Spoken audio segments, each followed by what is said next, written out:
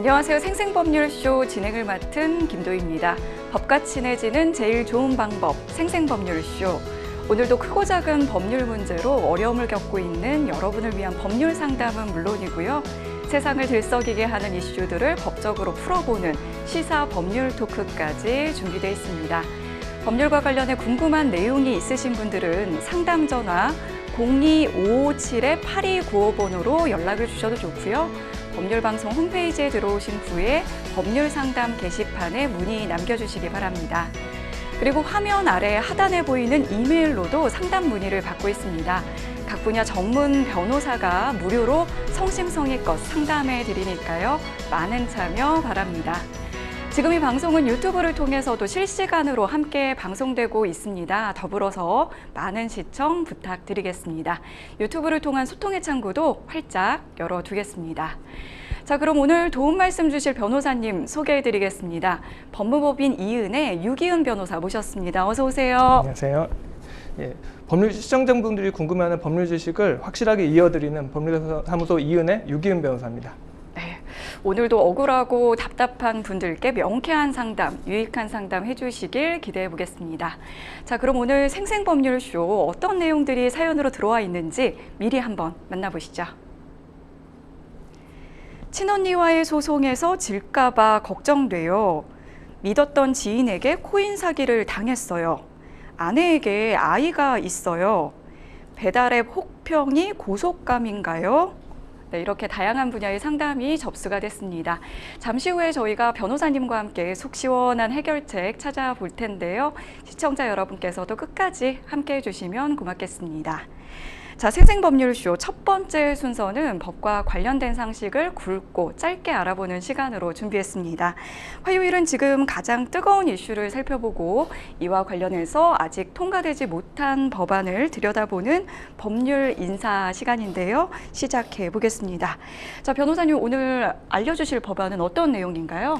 예, 오늘은 음주운전만큼이나 위험하고 끔찍한 결과를 초래하는 환각운전, 즉 마약교통사고의 단속과 처벌을 강화하는 법안에 대해서 자세히 이야기 나눠보도록 하겠습니다. 네, 최근에 이 마약 동아리 회원들이 서울 도심 곳곳에서 마약에 취한 채 운전한 정황이 전해지면서 굉장히 논란이 됐는데요. 이 사건 어떤 사건인지 좀 내용을 전해주시죠. 네, 연세대 출신 카이스트 대학원생과 서울대 고려대 등 주요 대학 학부생들이 참여한 대학생 연합동아리에서 회원들끼리 마약을 사고 팔며 투약해온 사실이 드러났습니다. 주범으로 지목된 동아리 회장은 고급 호텔 숙박권, 호화 파티 개최 등으로 학생들을 유혹해 부작용이 심각한 마약 등을 팔아서 수익을 올리려고 한 것으로 나타나 충격을 주고 있는데요. 이 사건은 지난 1월 앞서 구속 기소된 A씨 재판 중 공판 담당 검사가 공판 기록에서 수상한 거래 내역을 확인을 하고 이에 대해서 보완 수사를 진행하면서 실체가 드러나게 됐습니다. 15일 서울 남부지검에 따르면 회원 수 약 300명, 전국 2위 규모의 대학생 연합동아리에서 마약을 투약, 유통, 매매한 혐의 등으로 기소된 30대 남성 A씨는 투약 기간 동안 서울 양천구와 영등포구, 구로구의 유치원, 초등학교, 인근 어린이보호구역에서 신호 위반 등으로 30여 차례에 걸쳐 범칙금과 과태료로 총 250만 원을 부과받았습니다. 검찰 관계자는 상습적으로 마약을 투약한 A씨는 회원들을 태운 승용차를 난폭하게 운전했다며 늦은 밤마다 계좌에서 몇 주 간격으로 대여섯 명이 20~30만 원씩 A씨에게 반복해서 송금한 기록을 확인한 후 조사를 거쳐 약물운전 정황을 확인했다고 밝혔습니다. 30여 차례에 걸쳐서라고 이야기를 하셨는데 굉장히 좀 놀랍고요. 또 명문대생들로 구성된 동아리가 사실상 마약 범죄의 소굴이었다니 정말 듣고도 좀 믿기지가 않습니다. 그런데 이러한 마약 투약자들의 그 난폭 운전으로 인해서 무고한 사람들이 피해를 겪는 사례가 굉장히 많이 늘고 있다고요? 네. 지난 8월 약물에 취한 채 운전을 하다가 보행자를 치어 숨지게 한 많이들 들어보셨을 텐데 롤스로이스 교통사고 사건 비롯해서 지난 4월에는 관악구 신림동 사거리에서 20대 벤츠 운전자가 오토바이를 추돌해 50대 배달 노동자가 숨지는 사건도 있었습니다. 차량 운전자는 국립과학수사연구원의 마약 정밀감정에서 필로폰 양성 판정을 받았는데요. 또한 지난달 27일 오후 2시 30분쯤 40대 남성 B씨는 강남구 언주역 인근에서 추돌사고를 냈는데 경찰의 마약 간이 검사에 불응한 그는 경찰서로 임의동행해 조사를 받은 뒤 또다시 교통사고를 냈습니다. 마약 간이 검사 결과 한 개 약물에서 양성 반응이 나왔고 서울 강남경찰서는 B씨를 현행범으로 체포했습니다. 이처럼 약물운전으로 인해 무고한 피해 사례가 잇따르는 가운데 경찰청에 따르면 마약에 의한 2차 범죄가 최근 3년간 연평균 209건에 달하고 이 가운데 교통범죄만 59건으로 전체 약 30%에 해당합니다. 마약 투약 후 일어나는 2차 범죄 4건 중 1건이 교통범죄인 셈입니다. 네, 그러니까 누군가가 마약을 투여한 뒤에 운전대를 잡았다고 상상을 하면 굉장히 좀 두려운 마음이 좀 드는데요. 이 마약 운전 처벌은 지금 현재 어느 정도로 되고 있나요? 네, 현행법상 음주운전은 술에 취한 상태에서 음주운전 금지 조항을 두어서 구체적으로 열거를 하고 있으며 알코올 농도에 따라서 차등해서 3가지 구간으로 나눠서 최대 2년 이상 5년 이하의 징역 또는 3천만 원 이하의 벌금에 처하도록 하고 상습 운전자에 대해서는 가중해서 처벌하도록 엄격하게 규정을 하고 있습니다. 아, 네, 음주운전의 경우에는 네, 네, 그렇습니다. 그렇다고 말씀을 해주시는 거고, 네. 반면 마약 약물 금지 규정은 별도로 명시해 규정을 하고 있지는 않고 도로교통법에 과로한 때 등의 운전 금지 조항이 있어서 여기에 해당돼서 이제 처벌이 될 수 있습니다. 처벌 수위도 3년 이하의 징역 또는 1,000만 원 이하의 벌금에 처하도록 하고 있어서 음주운전보다 처벌 수위가 더 낮은 실정입니다. 네. 또한 약물운전은 음주운전과 달리 운전자검사의 강제력이 없어서 경찰 현장 단속이 어려운 것이 현실입니다. 도로교통법엔 술에 취한 상태에 있다고 인정할 만한 상당한 이유가 있는 사람이 경찰의 측정에 따르지 않을 경우 1년 이상 5년 이하의 징역이나 500만 원 이상 2천만 원 이하 벌금에 처할 수 있다고 규정해서 모든 운전자는 도로에서 경찰관에게 음주운전 측정에 응할 의무가 있습니다. 네. 근데 이제 마약 등 약물을 복용 투약한 운전자에 대해서는 이에 대해서 따로 규정이 되어 있지가 않아가지고 이로 인해 경찰이 약물 투여가 의심되는 운전자를 만나도 마약 간이 검사나 타액 채취 같은 것들을 하는데 동의를 받지를 못하면 영장을 발부받아서 별도로 진행을 해야 됩니다. 아, 단속 자체가 지금 좀 쉽지 않은 네, 현실이군요. 지금 관련해서 이제 이 약물 투약으로 인해서 운전면허 취소 처분을 받은 사례가 있어서 그 내용을 좀 알려드릴까 하는데 경찰청의 자료에 따르면 2019년에 57건이었는데 2023년에 113건으로 5년 사이에 2배나 급증을 했다고 합니다. 이처럼 좀 마약 운전의 폐해가 계속해서 좀 반복이 되고 있는데 국회에서도 약물 운전과 관련해서 이 단속과 처벌을 강화하는 법안들을 좀 잇따라 내고 있다고요? 네. 지난 7월 정운천 국민의힘 의원을 포함해서 국회의원 10여 명이 차량 운전자에게 경찰의 약물 측정에 응할 의무를 부여하는 법안을 발의했고 같은 해 9월 같은 당 김도금 의원 등은 약물 운전의 처벌 수준을 강화하는 법안을 내놓기도 했습니다. 네. 이 법안들은 21대 국회가 종료되면서 폐기됐지만 처벌 강화를 골자로 하는 법안은 지난 6월, 7월 다시 발의돼서 현재 국회에 계류돼 있습니다. 이에 김도우 의원은 마약 약물 운전은 음주운전 못지않게 위험해서 대형 사고로 이어질 뿐만 아니라 심각한 인명피해가 발생할 우려도 있는 중대한 범죄라면서 마약 음주운전을 엄격하게 마약 약물 운전 등을 엄격하게 금지하고 위반자에 대해서는 강력하게 처벌해야 한다고 밝혔습니다. 이어 약물운전 단속의 실효성 확보를 위한 도로교통법 개정안을 대표 발의한 홍영포 의원은 최근 음주운전에 대한 단속과 처벌이 강화되고 시민들의 자발적인 음주운전 자제가 확산되고 있는데 반해서 약물운전은 사후적인 처벌의 대상이 될 뿐 예방에 있어서는 단속 사각지대에 있다고 네. 말하면서 국민의 안전을 보장하기 위해 약물운전에 대한 예방적 단속의 근거를 마련해 단속의 실효성을 강화해야 한다고 강조했습니다. 네. 지금은 사실 음주운전 같은 경우에는 이제 하지 말아야 한다 이런 인식이 이제 이렇게 확실히 잡혀 있는데 마약 약물 운전 같은 경우에는 지금 이제 단속에 응할 의무조차도 지금 아직 없는 부분이 있는 것 같거든요. 22대 국회에서 발의되고 있는 해당 법안들에 대해서는 전문가들은 좀 어떻게 보고 있나요?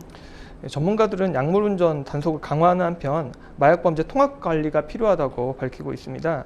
이건수 백석대 경찰행정학과 교수는 어떤 돌발 행동을 할지도 모르기 때문에 음주운전 못지않게 약물운전도 위험하다면서 약물운전의 처벌 수위를 지금보다 높이고 음주 측정과 약물 측정을 경찰이 함께 할 수 있도록 관련 제도를 손질해야 한다고 밝혔습니다. 이웅혁 건국대 경찰학과 교수는 그동안 마약은 수사와 검거에 집중했다면 이제는 예방교육과 재활 지원으로 마약 수요를 억제해야 한다고 강조했습니다. 법률 전문가들 또한 음주운전을 하면 단속이 된다는 인식이 있는 것처럼 약물운전 관련 단속 기준을 마련해 경각심을 줘야 한다면서 음주와 투약 여부를 동시에 검사할 수 있는 규정과 음주운전 복용 정도에 따라 처벌하는 기준 등을 음주운전처럼 복용 정도에 따라 처벌하는 기준을 도입해야 한다고 조언을 하고 있습니다. 네. 그렇다면 이제 과연 22대 국회에서는 약물 운전 관련 법안들이 과연 통과될 수 있을지 좀 궁금해지는데 변호사님께서는 어떻게 예상하시나요? 네. 사회적으로 계속 이슈화가 되고 있어서 이 네. 합의가 이루어지면 통과될 가능성이 좀 있다고 생각은 하는데요. 네. 다만 이제 좀 개인적인 생각을 좀 말씀드리면 이 쟁점의 포인트는 사실은 약물운전 단속 기준이 좀 불분명하다는 것과 그리고 측정 의무가 이제 지금 음주운전과는 달리 없다는 게 이제 쟁점인 것 같거든요.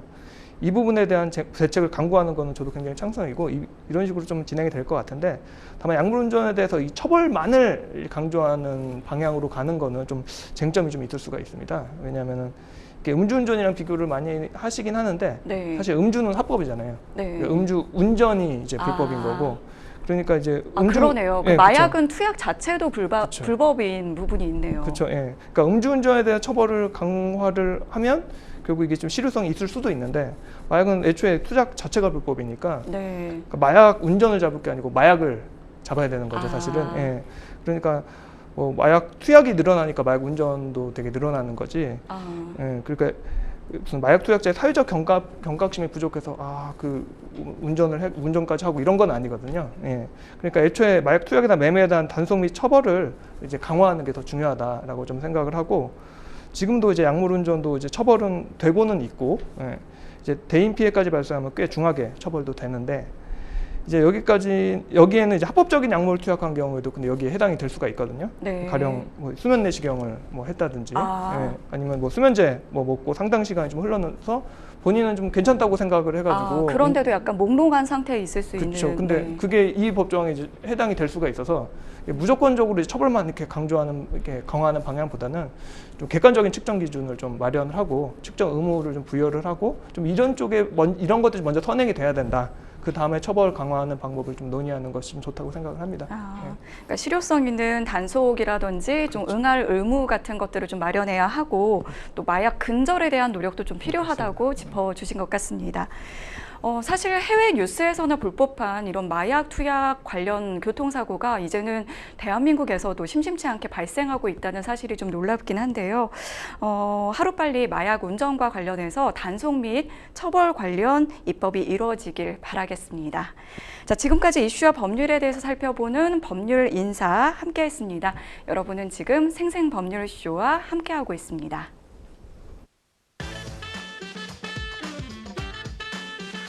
어렵고 복잡한 법률 문제로 고민하고 계신가요?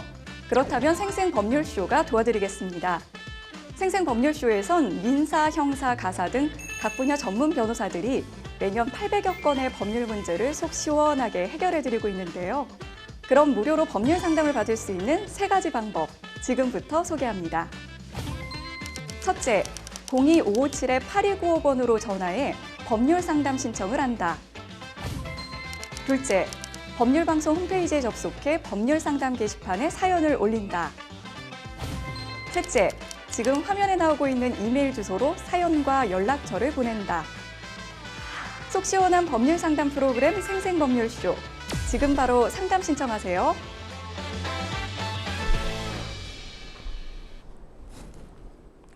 지금부터는 생생법률쇼가 자랑하는 성심성의 무료 법률 상담 시작해 보겠습니다. 전화 연결돼 있는데요. 전화 받아보겠습니다. 안녕하세요. 네, 안녕하세요. 네, 어떤 점이 궁금해서 연락 주셨을까요? 제가 작년에 어머니가 돌아가셨는데요. 네. 그 형제들이랑 상속 문제로 갈등이 좀 있어서 연락드렸어요. 네. 제가 2년 4년 중에 막내인데 작년 12월에 큰언니랑 작은언니한테 소장을 좀 받게 됐거든요. 네. 생전 전에 저한테 어머니가 좀 준 돈이 있어요. 1억 5천 정도 되는데 그거에 대해서 그때 어머니가 초기 치매를 진단받은 상태여서 5,400씩 뭐 나눠주라는 내용으로 소장을 보낸 거예요. 그래서 지금 뭐 2차 변론까지는 한 상황이고 일단 책임은 그래도 원고한테 있다고 하더라고요. 그래서 제가 뭐 입증을 해야 되는 건 아니지만 혹시나 제가 뭔가 입증해야 되는 상황이 올까봐 걱정이 돼가지고 연락드렸고, 네. 제가 알아보니까 네. 수표로 그때 당시에 어머님한테 은행에서 수표로 돈을 받았거든요. 같이 가가지고. 네. 그거는 뭐 기록이 안 남는다고 하더라고요. 확인을 해보니까. 아, 네. 수표로 받는 돈은 기록이 안 남는데요. 아, 수표로 받으신 이제 그게 기록이 안 남는다고 지금 말씀을 해주신 거고요. 네네. 그리고 그 중요한 과정을 알고 있는 오빠가 있어요. 아, 네. 장남인 오빠가 알고 있어가지고 증인을 부탁을 했는데 네. 자기는 뭐 거기 가족끼리 이런 싸움에 끼고 싶지 않다고 하더라고요. 아, 그래서 네.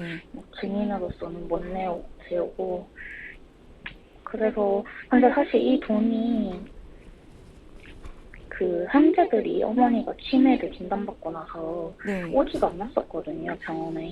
아, 네. 그래서 어머니가 이렇게 괘씸해가지고 저한테 준 돈이었어요. 아, 네. 그래서 이거를 제가 소송 통해서 좀 뺏기게 된다면 너무 억울할 것 같거든요. 네. 그래서 이거를 만약에 제가 질 수도 있잖아요, 소송에서. 네네. 그래서 이거를 만약에 지지 않게 하려면 어떻게 해야 되는지 궁금해서 연락드렸어요. 아, 네.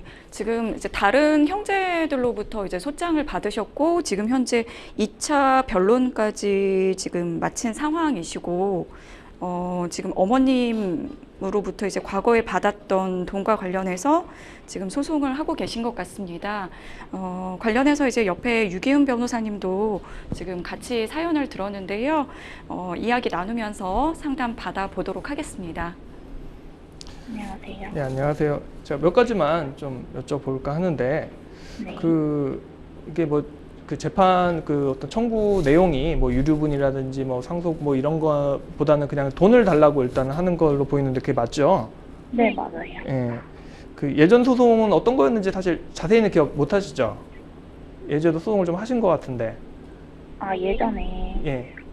예전에는 제가 그 큰언니가 물려받은 집이 있거든요, 대표로. 예, 예. 그걸 안 받겠다고 하고, 제가 그냥 5천만 원만 주면 포기하겠다 했어요. 예, 예. 그래서 그거를 포기하고 이제 큰언니가 대표로 가져가게 된 건데, 예, 예. 그거를 이제 상속이 끝나니까 돈을 안 주는 거예요. 예, 예. 그래서 그거에 대해서 제가 소송을 제기했었어요, 큰언니한테. 예. 돈을 달라고.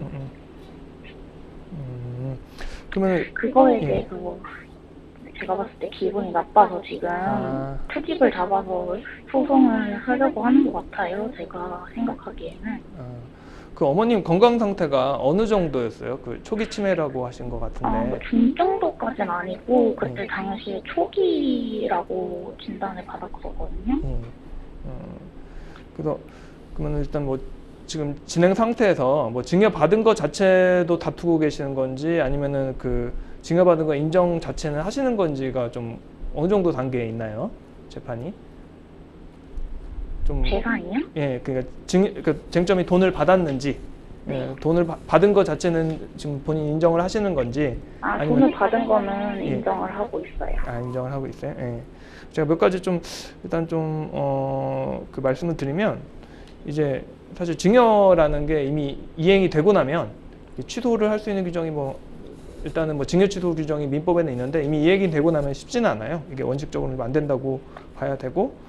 결국 그 언니들이 지금 소송을 하고 있는 거는 뭐 정확한 건 저도 소장을 보고 뭐 내용을 봐야 알겠지만 기본적으로 이제 망인 돌아가신 어머님께서 의사 능력이 없어서 의사 무능력자가 증여를 했다라고 해서 그러면 증여가 무효가 될 수가 있거든요. 모든 법률 행위가. 그러니까 그걸 입증을 해서 지금 지금 돈을 돌려달라고 하는 것 같아요. 증여 무효가 되면 그 1억 얼마가 이제 그 망인한테 돌아가니까 돌아가셨으니까 이제 본인 상속분들만큼 달라고 하는 게 아닌가. 예, 그렇게 좀 생각이 들고. 근데 이제 뭐 현 시점에서는 아주 크게 걱정하실 필요는 없어 보이는 느낌은 좀 있어요. 왜냐면은 일단은 뭐 돈을 받은 거를 인정을 우리가 안 하면 원고들이 이제 상담자께서 돈을 받았다는 것까지 다 입증을 해야 돼요. 예. 아까 뭐 수표 얘기도 나왔는데 수표는 뭐 추적이 될 수도 있긴 있는데 뭐 그런 걸 입증을 하나하나 원고가 뭐 금융거래정보 신청을 한다든지 해가지고 하나하나 다 입증을 해야 돼요, 원고가. 예. 그리고 만약 이런 건 정황상 근데 이제 돈 받은 걸 인정을 하더라도 이제 엄청나게 뭐 크게 불리해지는 상황은 아니에요. 왜냐하면 증여라는 게 일단은 어머님께서 본인의 의사로 증여를 했다는 걸로 일단은 뭐 추정이 된다고 봐야 되는 거고, 그런데 반대되는 입증 사실을 원고 언니들이 어머님께서 이제 그 의사 무능력자였다라는 점까지 입증을 해야 돼요. 예.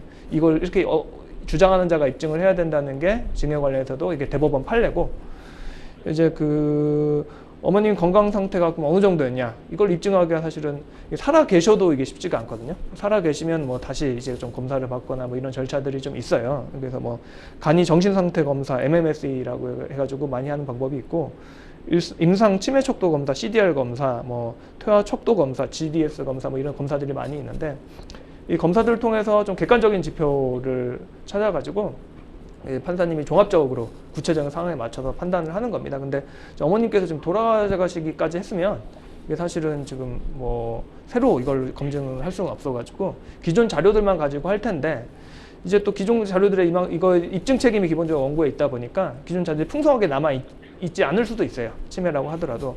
또 남아 있더라도 이제 그 초기 치매 수준이라면 현재 그 판례들의 대체적인 분위기는 초기 치매 정도 가지고는 의사 무능력자로까지는 보지는 않아요. 예. 다만 좀 걱정이 되는 부분은 지금 뭐 이게 제가 직접 자료를 보지를 못해가지고, 만약에 이제 언니들이 어느 정도 그 의무 기록 같은 거 많이 떼서 입증 어느 정도 했을 수도 있어요. 그러니까 뭐 의사 무능력 상태였다라는 거 입증을 했을 수도 있어서 이 부분에 대해서는 뭐 입증 책임이 언니들한테 있다고 하더라도 너무 가만히 있는 거는 좀 옳지 않은 것 같고, 제 생각에는 어머님의 그 의사 상태가 굉장히 정상적이었다는 거를 정황적으로라도 보여줄 수 있는 자료도 좀 충실하게 내는 게 좋을 것 같아요. 그런 어머님이랑 뭐 통화한 기록이라든지 뭐 대화한 기록, 뭐 아니면 주변 사람들 증언 같은 것도 있을 수가 있고, 아까 그 오빠분 얘기도 하셨는데 오빠분께서 아무래도 가족 간 소송이니까 뭐 끼어들기가 좀 쉽지는 않을 것 같아요.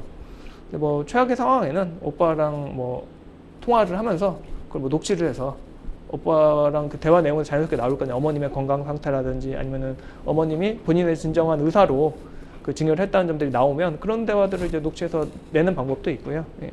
그리고 뭐 정황적으로 나와도 이제 관련된 분쟁들이 많이 있어 왔다라는 것들을 좀 그 재판부에 밝히는 것도 좋은 방법입니다. 다만 이제 우리가 그 돈 받은 게 인정이 되면 지금 소송 단계가 뭐 예전 소송이나 이런 것들이 여러 번 있었을 수도 있는데, 그 유류분 소송을 뭐 나중에 상대방이 할 수도 있어요. 우리가 받은 재산이 더 많으면 증여료가 인정이 되기 때문에.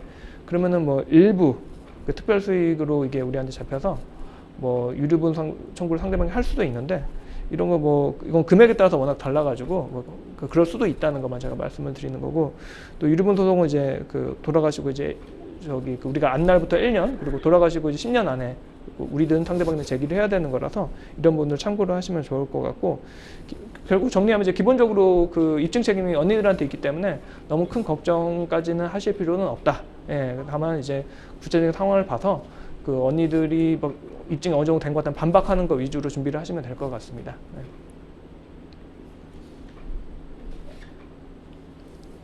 네, 사연자분 지금 뭐 추가적으로 뭐 더 궁금하신 게 있으실까요?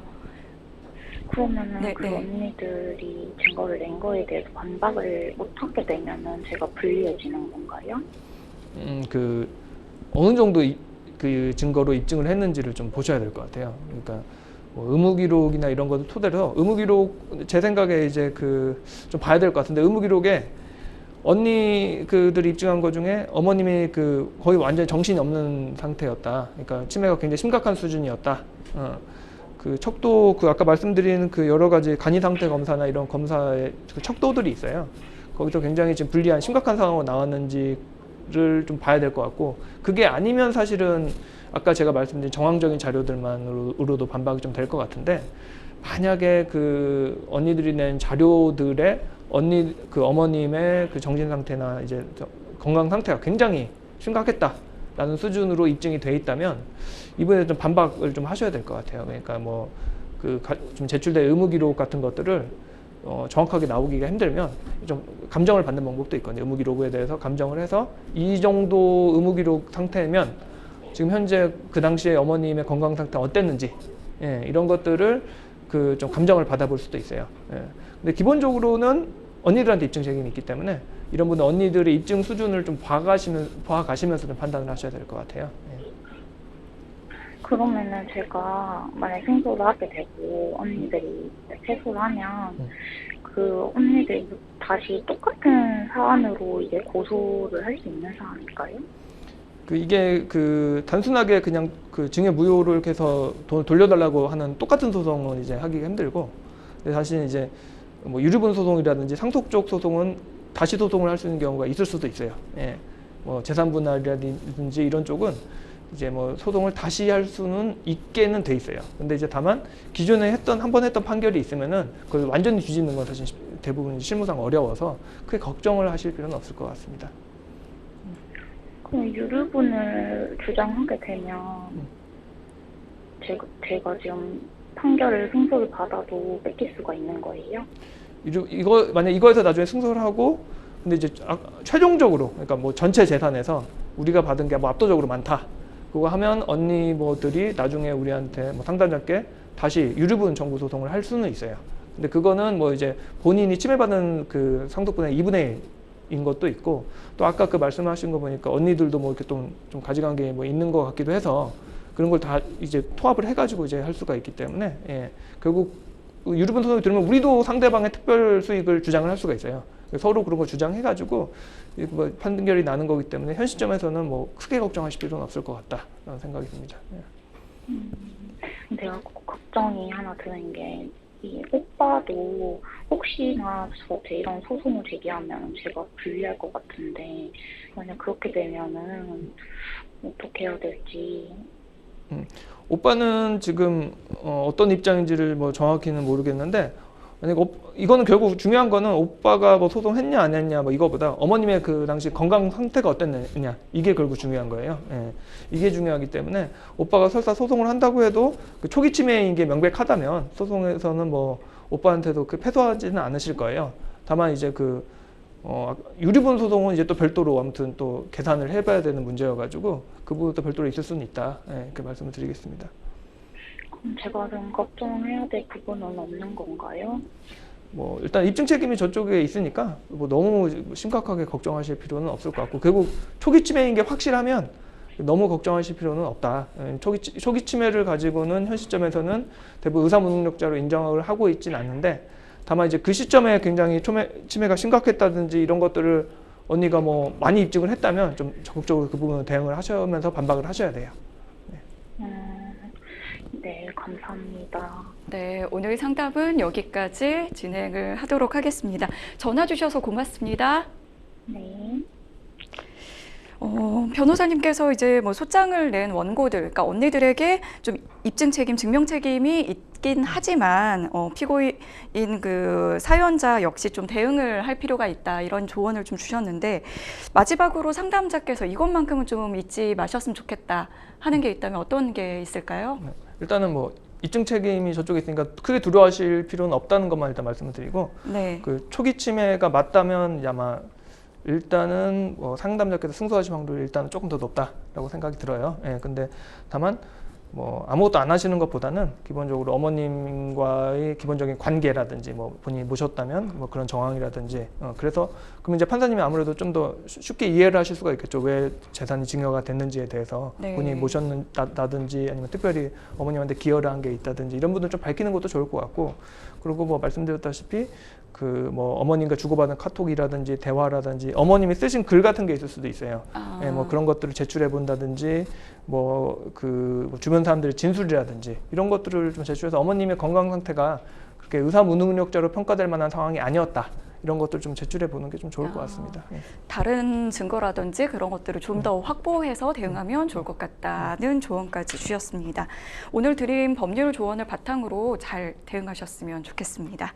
여러분은 지금 생생법률쇼와 함께하고 계십니다.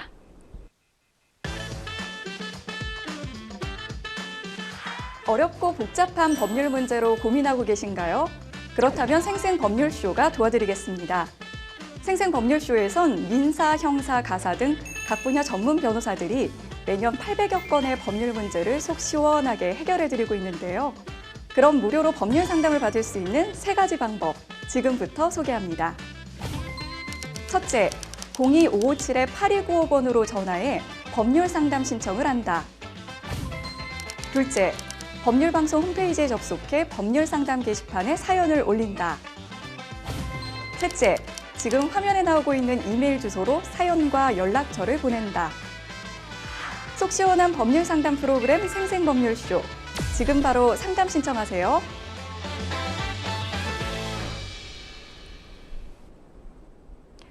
자, 이번에는 법률방송 이메일을 통해 들어온 여러분의 고민을 해결해 드리도록 하겠습니다. 어떤 사연인지 함께 만나보시죠. 3년 전 지인을 소개받아 처음 코인 투자라는 걸 하게 됐습니다. 1억이 넘는 수익이 계속해서 통장으로 들어오다 보니 자연스럽게 주변 지인들과 가족한테 추천을 하게 되더라고요. 그렇게 주변 지인들까지 코인 투자를 시작하게 되면서 중간에서 제가 돈을 주고받는 역할을 하게 됐습니다. 그런데 그렇게 3년 동안 친동생처럼 지내오던 지인이 최근 수익금을 돌려막기식으로 지급해 왔다는 사실을 알게 됐는데요. 이에 경찰에 신고하겠다고 하니 원금의 3분의 1 정도를 돌려주면서 전액 다 돌려줄 테니까 조금만 기다려달라고 하더라고요. 그래서 일단 기다려보기로 했지만 결국 연락이 두절되고 말았습니다. 이에 곧바로 경찰에 신고를 했고 현재 투자 사기로 경찰이 조사 중에 있지만 저를 포함한 지인 4명이 돌려받지 못한 금액만 10억이 넘습니다. 그런데 중간에서 돈을 전달하고 수익을 나눠줬던 저한테 지인들이 법적 책임을 묻거나 가압류 신청 등을 통해 추심을 할까 걱정이 되는데요. 저도 엄연히 피해자인데 제가 돈을 물어줘야 할 수도 있을까요? 라고 사연 주셨습니다. 3년 동안 정말 친동생처럼 지냈던 지인한테 지금 사연자님도 코인 사기를 당한 것처럼 좀 보이는 사연이었는데요. 근데 여기서 이제 문제는 이분 역시 중간에서 좀 피해를 본 지인들의 돈 관리를 했던 부분이 지금 마음에 좀 걸리시는 것 같거든요. 지금 피해자라고 주장을 하고 계시고 그런데 지금 지인들이 사기당한 돈까지 책임져야 하는 그런 부분이 있을까요? 그 수사기관에서 만약 상담자를 그 공범으로 판단을 하면 네. 이게 공동 불법 행위가 되거든요. 그러면 네. 상담자도 이제 그 손해배상 책임을 같이 이제 지게 될 가능성이 있습니다. 그 단순히 소개만 한 정도라면 크게 상관이 없을 수도 있는데 상담자께서는 이제 돈을 좀 주고받는 역할까지 뭐 하셨다고 한다면 네. 아마 공범 여부를 확인하기 위한 조사까지는 받을 가능성도 있습니다. 네. 핵심은 그 돌려막기라는 사실을 상담자께서도 알고는 있었는지, 그럼 뭐 저쪽에 자력이 있는지라든지, 혹은 뭐 자세한 내막에 대해서 어디까지 알고 있었는지, 혹은 또 대가를 받은 것이 있는지, 뭐 이런 것들에 대해서 좀 조사가 이루어질 수가 있고, 현재로서는 뭐 책임이 없는 걸로는 일단은 뭐 보이긴 하는데, 뭐 유사 경험을 봐서는 이제 돈을 못 돌려받게 되면 이런 경우에 지인들이 네. 고소를 하는 경우도 꽤 있었습니다. 제 주변에 봐도. 네. 네, 그래서 이 경우 형사수사에서 이제 상담자가 혐의에서 반드시 벗어나야만 나중에 민사 그 추심에서도 이제 대응을 할 수가 있기 때문에 지금 초반부터 빨리 적극적으로 좀 준비를 하셔야 됩니다. 그 말씀해 주신 것처럼 지금 이제 지인들로부터 추심을 당하지 않을까 지금 걱정을 하고 계시거든요. 뭐 가압류라든지 이런 추심 절차 관련해서 좀 당장이라도 좀 진행될 수 있는 부분이 있을까 지금 우려를 하고 계십니다. 여기에 대해서는 어떻게 조언을 해주고 싶으신가요? 현재로서 그 상담자께서도 그 피해자 측에서 함께 고소를 한 거라면 일단은 뭐 좀 다행인데, 네. 그 범죄자가 그 범죄자한테 추심을 받지 못하면 결국 칼끝이 그 소개를 해주고 뭐 중간 역할을 어느 정도 했던 상담자분을 향할 수도 있습니다. 근데 가압류는 결국 이제 현재 자산을 묶어놓는 거에 불과하고, 그 결국에는 지인분들이 상담자분을 상대로 민사소송에서 승소를 해야 이제 완전한 추심을 좀 할 수가 있을 텐데, 네. 그 가압류는 뭐 신청은 할 수는 있을 텐데 아직 지인들이 그 상담자를 분을 고소도 않은 상태라면, 네네, 그렇죠. 그러면은 뭐 가압류 신청이 기각될 가능성도 꽤 있고, 그 인용되더라도 피해자들한테 이제 현금 묵탁을 좀 많이 하라고 할 수도 있습니다. 그래서 네. 좀 부담이 좀 있을 수가 있어서 현 단계에서는 아주 심각하게 우려할 단계는 아니고 형사 문제에 좀 집중을 하셔야 된다. 일단은 네. 형사부터 좀 집중을 하셨으면 좋겠다. 네. 그리고 현재 투자 사기로 경찰에 신고를 한 상황이신데 이런 이제 코인 사기의 경우에는 이제 범인을 검거한다고 하더라도 그 피해 금액을 뭐 이렇게 좀 전액 회수하기는 실제로 좀 어렵다는 이야기도 좀 들리거든요. 네. 어떤가요? 코인 사기 특성상 돌려막는 과정에서 결국 원금 손실이 발생할 수밖에 없어서 특히 그 또 수익을 또 별도로 은닉했을 가능성도 좀 있거든요. 예. 그 만약에 범죄자 명의로 된 재산이 있으면 신속하게 좀 변제를 받으면 되는데 네. 돌려막기 특성상 결국은 이제 들통이 났다는 게 재산이 바닥이 났다는 소리거든요. 예. 네. 그래서 다만 이제 범죄자가 그 가족이나 지인들한테 좀 빼돌린 정황을 좀 찾아낼 수가 있다면 뭐 쉽지는 않은데 네. 범죄 수익 은닉죄라든지 뭐 강제집행 면탈죄 이런 것들을 좀 고소를 하셔서 이제 그 넘어간 쪽으로도 이렇게 민사소송을 또 할 수도 있거든요. 네. 다만 이제 입증이 조금 좀 쉽지는 않다 이런 부분 좀 아. 말씀을 드리겠습니다. 요즘에 사실 이런 투자 명목의 사기가 좀 기승을 부리고 있는데 뭐 대표적으로는 좀 연인처럼 친분을 쌓은 뒤에 이제 좀 금전을 갈취하는 그 로맨스 스캠 같은 게 저는 좀 생각이 나는데요. 최근에 유행하는 코인 사기 유형 어떤 게 있을까요? 뭐 보이스피싱하고 코인이 결합한 사기 유형도 굉장히 많고 피해도 큰 편인데 그 외에도 이제 연예인들이나 유명인들 사칭해가지고 맞아요. 뭐 그렇게 하는 경우도 많고 해외 코인 거래소 내지 그 코인 리딩방에 좀 참여를 유도해서 네. 이렇게 하는 경우가 꽤 많습니다. 가령 좀 말씀드리면 코인 리딩방 같은 경우는 본인이 좀 이렇게 초대를 받아가지고 네. 들어가 보면 거기 뭐 수많은 참가자들이 있어요. 그러면서 네네. 자기가 지금 많은 이득을 봤다 이런 아. 얘기들을 서로 하니까 서로 약간 후기를 좀 좋게 그렇죠. 얘기해주면 그렇죠. 이제 들어간 분들도 좀 그렇죠. 혹하게 만드는. 그렇죠. 감사합니다 뭐 하면서 계속 하다 보면 자기도 결국 이렇게 한가 보다 해가지고 했는데 결국에는 나중에 뭐 알고 보면 진짜 이제 참여자는 자기밖에 없고 나머지는 다. 나머지는 전부 다 이제 같은 이제 범죄자들인 경우가 꽤 있어요. 근데 이런 경우에는 사실은 저 같아도 좀 혹할 것 같긴 하거든요. 네. 또 그 요즘은 그 코인 리딩방이나 이런 데서 특정 앱이나 URL 같은 거를 좀 접근을 시켜가지고 다운을 받게 만드는 경우가 있어요. 그러면 네. 이제 핸드폰이 해킹이 됩니다. 아, 예, 근데 제가 한 가지 뭐 제 사례를 좀 말씀을 드리면 네. 그 피싱 조직이 제 의뢰인분 핸드폰을 해킹을 해가지고 네. 저를 사칭한 적도 있어요.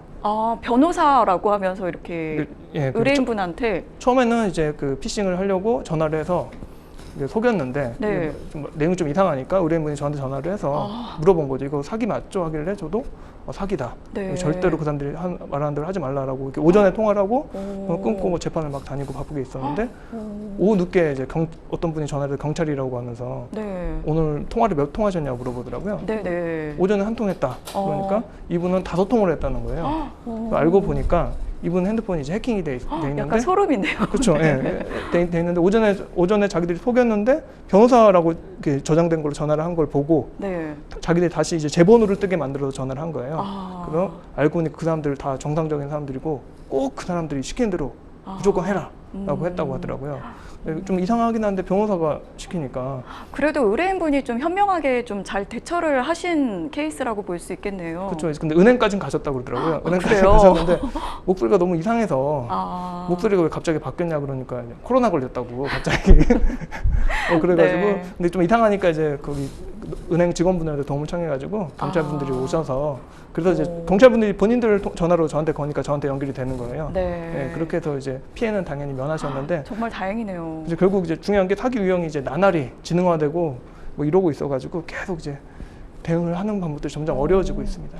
그 만약 이제 코인 사기 피해가 의심된다면은 좀 어떤 식으로 좀 대응을 하면 좋을까요?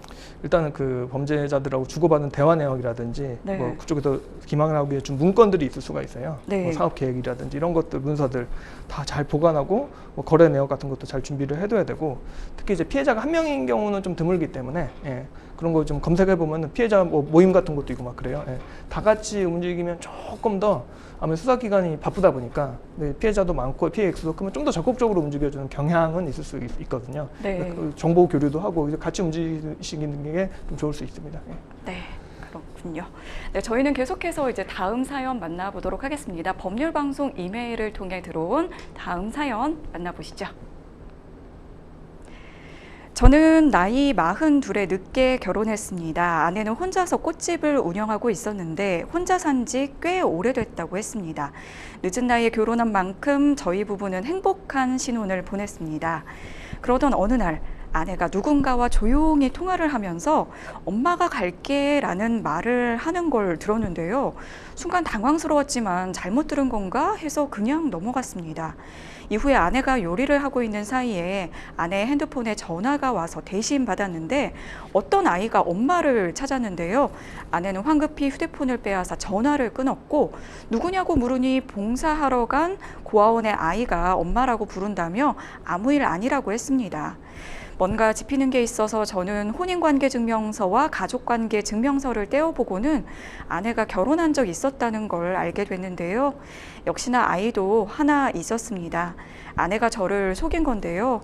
저는 아내를 용서할 수 없어서 혼인을 무효화시키거나 최소한 취소라도 하고 싶습니다. 그리고 소송을 하게 되면 법원에서 조정 절차로 넘긴다고 하는데 조정 절차에 대해서도 알려주세요. 라고 사연을 주셨습니다. 이렇게 좀 상대방에게 꼭 밝혀야 할 사실을 좀 알리지 않고 좀 숨기고 결혼하는 사례들이 좀 있는 것 같아요. 네. 어떻게 보셨나요? 뭐 숨기고 싶은 과거는 뭐 안타깝긴 한데 사실 이거는 말씀하신 것처럼 반드시 좀 말을 네. 해줬어야 되는 상황이죠. 네. 사실 저는 뭐 법정을 다니니까 극단적인 케이스를 많이 보긴 하는데 네. 이 상담자께서 받으신 충격은 뭐 상당할 겁니다. 그러니까요. 네. 이게 참 지금 혼인을 무효화하고 싶다라고 얘기를 했는데 이 사연 같은 경우에 무효가 될 수 있을까요? 좀 안타깝지만 이게 현실적으로는 좀 어렵다고 생각이 됩니다. 네. 왜냐하면 혼인 무효는 그 혼인 기록 자체를 애초에 없었던 걸로 완전히 되돌리는 거라서 네. 그냥 제한적으로만 인정을 하고 있고 대표적인 경우는 이제 그 당사자 사이에 혼인의 합의가 없었거나 근친혼인 경우가 해당이 될 텐데 근데 근친혼은 사실 실무상으로는 좀 자주 있지는 않고요. 네. 그리고 상담자 사연도 혼인 자체에 대한 합의는 좀 있었던 것 같거든요. 네. 근데 이제 실무상 뭐 그 혼인 무효가 되는 대표적인 뭐 사례들을 보면은 상대방 동의 없이 이제 몰래 그 위조를 해가지고 혼인 신고를 해버리는 경우가 있어요. 혼자서. 네네. 아, 예, 상대방 상대방 의사 없이. 예, 네네. 그렇게도 되는 경우가 가끔 있고 또 하나는 이제 위장 결혼 사례가 있는데 위장 결혼이 어떤 경우에 많이 있냐면 외국인 분들이 결혼 비자를 받고 싶어가지고 네. 한국인 그 좀 자력 부족하신 분한테 돈을 많이 주고 위장으로 결혼을 하는 경우가 있어요. 네. 예. 근데 이런 경우들은 딱 들으셔도 벌써 이제 이거는 네네. 형사적으로 받겠구나 싶었잖아요. 아. 그래서 가정법원에서 제가 가서 뭐 혼인 무효 같은 것들을 의뢰인이 뭐 부탁을 하셔가지고 주장을 하면 판사님이 판결문을 갖고 와라, 형사 판결문을 대놓고 이렇게 말씀하시는 경우도 있어요. 이 정도가 돼야 그렇죠. 된다. 형사 판결문이 있어야 된다. 거의 대부분은 뭐 이렇게 생각하시면 됩니다. 그러면은 최소한 취소는 하고 싶다라고 했는데 취소 사유는 가능할까요? 취소 사유는 뭐 해당이 될 것 같습니다. 혼인 취소는 혼인 기록 자체가 사라지진 않아서 네. 다만 여기도 사유에는 해당이 돼야 되는데 뭐 부모 동의 없이 미성년 혼인이라든지 그 혼인 무효 외에 친족간 혼인이라든지 중혼이라든지 네. 아니면 뭐 악질 기타 중대한 사유 혹은 이 사건처럼 사기 내지 강박으로 혼인한 경우에는 해당이 되는데 네. 예, 뭐 그런 경우에는 뭐 좀 취소를 할 수 있는데 이혼보다 조금 더 엄격하게 좀 보고는 있습니다. 네. 지금 이제 그 아내분이 이제 전에 결혼했던 그 이력과 또 그리고 자녀가 있다는 사실을 알리지 않았는데 이 부분이 좀 뭐 사기에 의한 뭐 혼인의 의사표시 이런 걸로도 볼 수 있을까요? 예, 이런 경우가 좀 실무상으로 많이 사기일 네, 때 네. 주장되는 사례 중 하나인데 이 경우에도 그렇게 볼 여지가 있고 실제로 종종 인정이 되고 있습니다. 단 이제 그 원고가 이런 상황들을 다 입증을 좀 해줘야 돼서 입증 책임이 입증 자료들 좀 잘 모아야 됩니다. 여기에서는 이제 뭐 그 혼인 취소를 구하려면 소송상 뭐 청구를 할 수 있는 기간이 좀 정해져 있거나 그런가요? 예, 이혼이랑은 좀 달라서 네. 혼인 취소 같은 경우는 좀 기간 제한이 좀 있고 이거 사기 강박 같은 경우는 3개월 안에 3개월 안에요? 예. 그러면 좀 더 적극적으로 지금 빨리 좀 그렇죠. 대응을 하셔야 될 필요가 있고 지금 또 이제 법원에서 조정 절차로 진행을 많이 한다는 이야기를 들으신 것 같아요. 이 조정으로 진행되는 경우에도 혼인 취소는 마찬가지로 가능한 건가요? 혼인 취소도 조정을 할 수는 있게는 돼 있는데 그 혼인 취소 사유라는 게 네. 조정장에서 당사자들의 합의로 이렇게 만들 수는 없는 거라서 그건 딱 확인이 돼야 되는 거잖아요. 네. 그래서 조정장을 가면은 혼인 취소 소송을 걸어도 이게 좀 이혼 쪽으로 좀 유도를 많이 하는 경우가 많이 있습니다. 네. 근데 나는 끝까지 뭐 혼인 취소 판단 받겠다고 하면은 뭐 소송이 소송으로 진행을 해야 되고요. 네, 여기에서는 이제 정신적으로 사실 또 충격도 많이 받으셨는데 위자료 청구도 가능하겠죠? 예, 네, 혼인취소 경우에도 유책 배우자에게 청구할 수 당연히 있고 이 사건은 아마 위자료를 받게 될 겁니다. 액수가 좀 문제긴 한데 단 이제 위자료랑 좀 별도로 혼인 기간 좀 길고 뭐 재산 혼합 같은 게 됐으면 재산 분할도 또 이렇게 해야 될 수도 있거든요. 근데 이거는 위자료랑은 별개다. 네. 예, 그래도 우리 상대방이 유책 배우자여도 우리가 돈을 줘야 되는 경우가 있을 수는 있어요. 예. 네. 많이 좀 놀라셨을 텐데 그래도 이 그 3개월 안에 잘 좀 대응을 하셨으면 좋겠습니다. 저희는 계속해서 다음 사연 만나보도록 하겠습니다. 평소 좋아하는 동네 돈가스 가게가 있는데요. 자주 시켜서 먹다 보니 쿠폰 10개를 모으게 됐습니다. 쿠폰 한 장당 1,000원으로 사용할 수 있다고 해서 15,000원짜리 돈가스를 시켜서 쿠폰 5개를 쓰고 10,000원만 지불했습니다. 그런데 돈가스 배달을 받아서 뜨는 순간 너무 놀랐습니다. 까맣게 탄 폐기 직전에 돈가스가 들어있던 건데요. 너무 화가 나서 사진을 찍어두고 배달앱 리뷰 게시판에 탄 돈가스 사진과 리뷰를 올렸습니다. 쿠폰 써서 돈가스를 시켰을 때와 아닐 때 차이가 커 너무 아쉽다는 내용이었는데요. 그리고 보름 후쯤 그 가게에서 전화가 와서 매출이 줄었다며 저를 업무 방해죄로 고소를 하겠다고 합니다. 저는 사실을 쓴 거고 매출 감소가 저 때문인 게 확실한 것도 아닌데 무슨 말도 안 되는 소리냐며 언성을 높여 싸웠는데요. 제가 고소당할 짓을 한 게 맞나요? 사실 요즘 뭐 배달 진짜 많이 시키고 그런데 이 배달 앱의 또 리뷰가 또 굉장히 좀 평판에 또 영향을 미치잖아요. 뭐 어떻게 보면 좀 심각한 리뷰 같은 경우에는 어떤 가게 문을 닫게 할 수 있을 정도니까 이런 리뷰 관련해서 좀 분쟁이 좀 많은 것 같은데 실제로 어떤가요? 아무래도 저도 처음 주문할 때는 리뷰나 별점을 많이 참고를 하기 때문에 네네. 예, 이 생업을 하는 입장에서는 예민할 수밖에 없는 주제죠. 실제로 네. 악의적인 리뷰를 달아 분쟁이 생기는 경우도 많이 있고 네. 반대로 뭐 상담자분처럼 있는 그대로 적었는데도 또 이렇게 반발을 하셔가지고 분쟁이 생길 수도 있습니다. 네, 여기에서는 사실 뭐 사실만을 남긴 리뷰라고 좀 볼 수 있을 것 같은데 상대방 입장에서는 가게 측에서는 이거 악의를 가지고 하는 거 아니야? 라고 좀 그렇게 또 생각할 수도 있을까요? 악의라는 게 사실 상당히 굉장히 주관적인 개념이라서 그렇죠. 예, 제 생각에는 허위 사실이 아니고 이제 있는 경험한 사실을 그냥 네. 일회성으로 그것도 심지어 이제 리뷰 거기 적는 데다 적었다면 이를 악의적으로라고 평가하기는 좀 힘들 것 같아요. 애초에 적으라고 돼 있는 거기 때문에 네. 리뷰라는 게 좋은 평가가 아니라 박한 평가도 당연히 적으라고 만들어 놓은 데인데 예, 그걸 적었다고 해서 악의라고 인정이 될까 싶습니다. 예. 그 가게 측에서 업무 방해죄로 고소를 하겠다 이렇게 얘기를 했는데 업무 방해죄 이게 해당될까요? 글쎄요, 이렇게 업무방해죄가 그 허위 사실을 유포하거나 기타 위계 또는 위력을 요건으로 하는데 네. 이게 여기 그 허위 사실 유포나 이제 그런 쪽으로 해당이 돼야 되는데 자신이 경험한 사실 적고 뭐 사진도 존재하는 것 같고 네. 뭐 그래서 허위 사실 유포나 위계에 해당된다고 좀 보기는 힘들 것 같습니다. 통상 이 정도 의견 표명은 사회적으로 당연히 가능하다고 보기 때문에 악의를 갖고 반복적으로 좀 글을 올려서 막 괴롭히는 식이 있잖아요. 뭐 그런 네. 게 아니라면 업무방해죄에 해당되지 않을 것으로 보입니다. 단 이제 상담자께서 혹시 모르니까 자료들을 좀 잘 보관하고 계시라고 말씀드리고 싶습니다. 네, 사실은 이게 뭐 법적인 분쟁까지 가기보다는 좀 이제 동네 안에서 동네 또 장사기도 하기 때문에 원만하게 해결하는 게 좋을 것 같기도 한데 어떻게 좀 대응을 하면 좋을까요? 제 생각에는 뭐 만약에 그 가게 주인이 좀 협박조로 이렇게 막 끝까지 말한다면 네. 그 의연하게 대처를 하셔도 상관은 아마 없을 것 같아요. 예. 특히 이제 잘못을 좀 인정하거나 하는 말들은 뭐 쉽게 안 하시는 게 좀 좋을 것 같고 네. 다만 이제 동네 장사라서 좀 본인도 좀 아무래도 좀 무안하고 그래서 좋게 끝내고 싶다라고 하신다면 뭐 리뷰 삭제를 할 수도 있을 거고 그걸 사실 원해서 가게 측에서 그렇게 말했을 수도 있는데 네. 근데 다만 이제 너무 두려워하실 필요 없는 게 만약에 민사소송을 하게 되더라도 그 손해액 같은 거 전부 다 가게에서 입증을 해야 되는데 이게 입증이 쉽지 않을 거예요. 이게. 그러니까요. 이게 그 가게 매출 감소의 원인이 됐다는 걸 참 어떻게 증명을 할지도 좀 궁금하거든요. 그게 아마 거의 쉽지 않을 겁니다. 그게. 네. 그래서 그럼 마지막으로 상담자님께 조언 한 말씀 부탁드리겠습니다. 네. 리뷰를 실제로 어떻게 썼느냐에 따라 좀 달라질 수는 있는데 허위 사실을 뭐 악의적으로 반복해서 뭐 괴롭히듯이 적은 것이 아니라면 그 리뷰를 적는 쪽에 적으신 거는 뭐 크게 문제가 될 건 없으니까 뭐 두려워하지 마시고 그냥 의연하게 대처하시면 될 것 같습니다. 네. 네, 생생법률쇼 많은 분들의 상담 전화 걸려오고 있는데요. 지금 보고 계신 분들도 도움이 필요하시다면 연락 주시기 바랍니다. 법률 상담 참여 방법 알려드리겠습니다. 상담 전화 02-557-8295번으로 전화를 주셔도 되고요. 또 홈페이지에 접속 후에 법률 상담 게시판에 문의 남겨주시기 바랍니다. 저희가 이메일로도 상담 문의를 받고 있으니까요. 많은 참여 부탁드리겠습니다. 자, 생생법률쇼 오늘 함께해 주신 유기은 변호사님 고맙습니다. 네, 끝까지 함께해 주신 시청자 여러분 진심으로 고맙습니다.